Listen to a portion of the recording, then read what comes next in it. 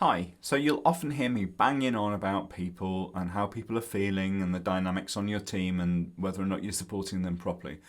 But some of the time, particularly if you're a relationship focused person, you can miss what's actually needed by that person in the moment, which is actually clarity.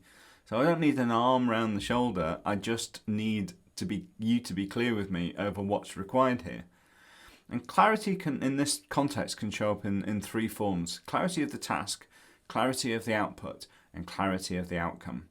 Let me give you an example to show what I mean. So imagine you've got some customer invoices which are outstanding and you want somebody to take care of it. So clarity of task might be to say, these invoices are outstanding, please can you chase the customers and follow up.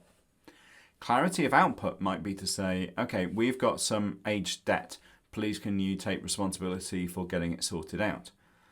Clarity of outcome might be to say, I want you to be responsible for ensuring that we have no more than 60 days of outstanding debt. Now, the initial approach might be the same whichever one of these three things you follow. I mean, clearly there's some invoices there that need to be followed up. But by focusing on the task, you're basically saying, this is what I want you to do, and that person has got, and you've got one option, which is to go and do the thing. So they're not particularly learning anything, and there is no alternative approach that they can take.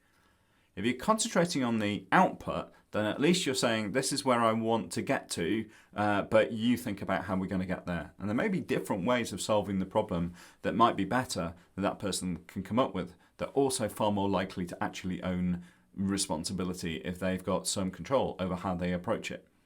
But clarity of outcome is the best of all, because what you're potentially doing is really getting to the root problem. Okay, the root problem isn't that we've got some outstanding invoices. That's a symptom.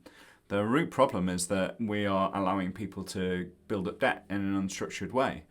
So putting that problem onto the employee that you're talking to really helps them to take ownership of the fundamental thing that you want to get sorted out. You're concentrating more on the why than the how. They're much more likely to be brought in because they're able to use a variety of different approaches, and there may be a whole stack of reasons that they can come up with and be creative to stop the problem occurring in the first place, which is going to be better for you overall. Okay, so hopefully that's something interesting for you to think about today. Love to hear your comments on this, so drop a comment below. But otherwise, I'm Gareth, and I will see you on the next video.